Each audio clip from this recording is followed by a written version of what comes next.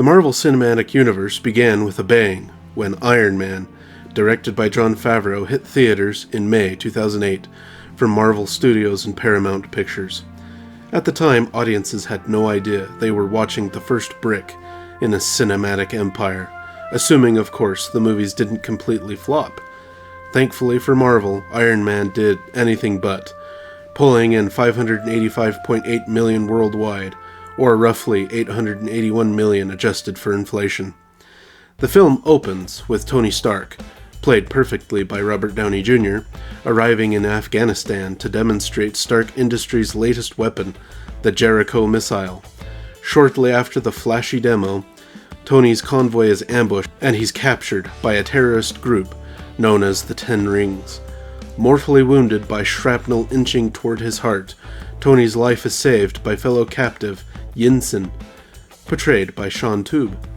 Unable to remove all the metal, Yinsen installs an electromagnet to keep Tony alive, and together the two build something better, a miniature arc reactor. What makes these early scenes work so well is the dialogue, and that's no accident. The script wasn't finished when filming began, which meant much of the dialogue was ad-libbed on set. That loose, natural banter you feel throughout the movie exists because the actors were often figuring out in the moment. While pretending to build a Jericho missile for the Ten Rings, Tony secretly constructs a crude armored suit to escape. When the terrorists catch on and demand results, Yinsen sacrifices himself to buy Tony time. Tony escapes the cave in the Mark I suit, defeating his captors, but not before finding Yinsen dying. Tony promises him he won't waste his life, a promise that becomes the emotional backbone of the entire film.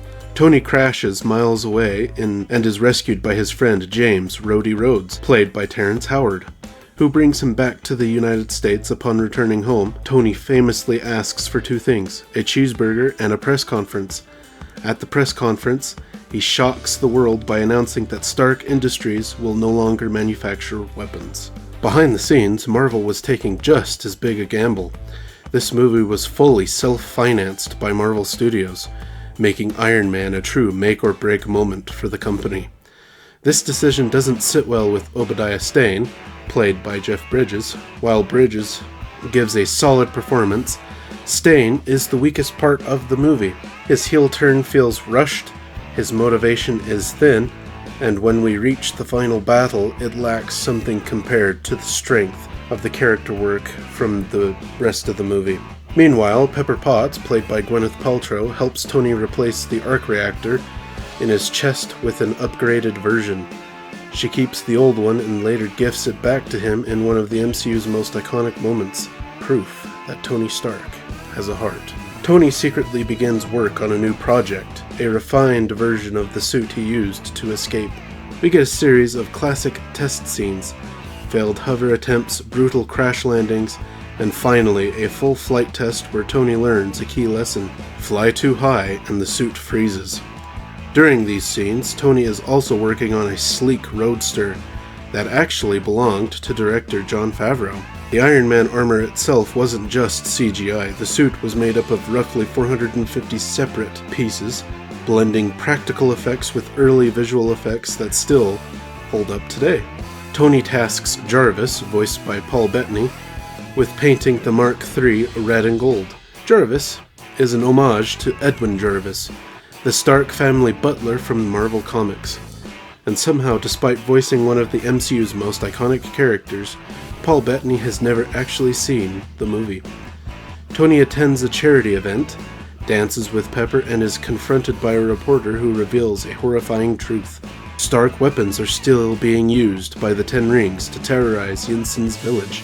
Tony suits up and flies back to Afghanistan, delivering his first true act of superhero justice and saving the village. On the way home, Tony has a run-in with the United States Air Force and only escapes once Rhodey is informed that he is in the suit. Meanwhile, the Ten Rings have recovered the remains of the Mark I armor, and Obadiah Stane steals it. Unable to replicate Tony's miniature arc reactor, Stane takes a more direct approach and rips the reactor straight out of Tony's chest. Left barely alive, Tony crawls across the floor to retrieve his old reactor. the very proof that he has a heart. Pepper and S.H.I.E.L.D. agents, led by Phil Coulson, attempt to arrest Stane but arrive too late. Coulson was originally meant to be a very small role, but Clark Gregg's chemistry with the cast was so strong that the part was expanded, laying the groundwork for one of the MCU's most important supporting characters. The final act gives us a full-on rock'em sock'em robot fight. While it is fun, it's the weakest action sequence in the film, especially when compared to how strong the character-driven moments are elsewhere. Tony ultimately defeats Stane by luring him high up into the atmosphere, where the icing problem stops him from ascending too far, and then he falls. And then Pepper overloads the arc reactor, and that fries Obadiah Stane. Days later, Tony holds another press conference. Given cue cards to protect his secret identity, Tony lasts about 5 seconds before tossing them aside.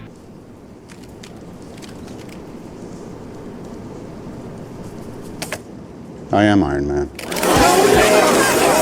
According to Stan Lee, Tony Stark was inspired by Howard Hughes, and that confidence, recklessness, and brilliance is right there in that moment. In the post-credits scene, Nick Fury, director of S.H.I.E.L.D., pays Tony a visit and casually mentions something called the Avengers Initiative. And honestly, this was a great movie. It makes me wish the MCU still made films like this today.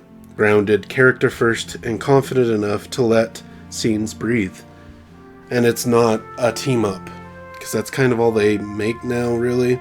The focus is on character, not spectacle overload, and it trusts its lead actor to carry the movie instead of hiding behind non-stop CGI. Iron Man doesn't just kick off the MCU, it sets a standard, one that, in a lot of ways, the franchise has been chasing ever since. I mean, I'd give this movie a 9.5 out of 10, it's just fantastic. Let me know if you enjoyed this video and what you think of Iron Man in the comments down below. Don't forget to like and subscribe if you enjoyed, and until next time, thanks for watching.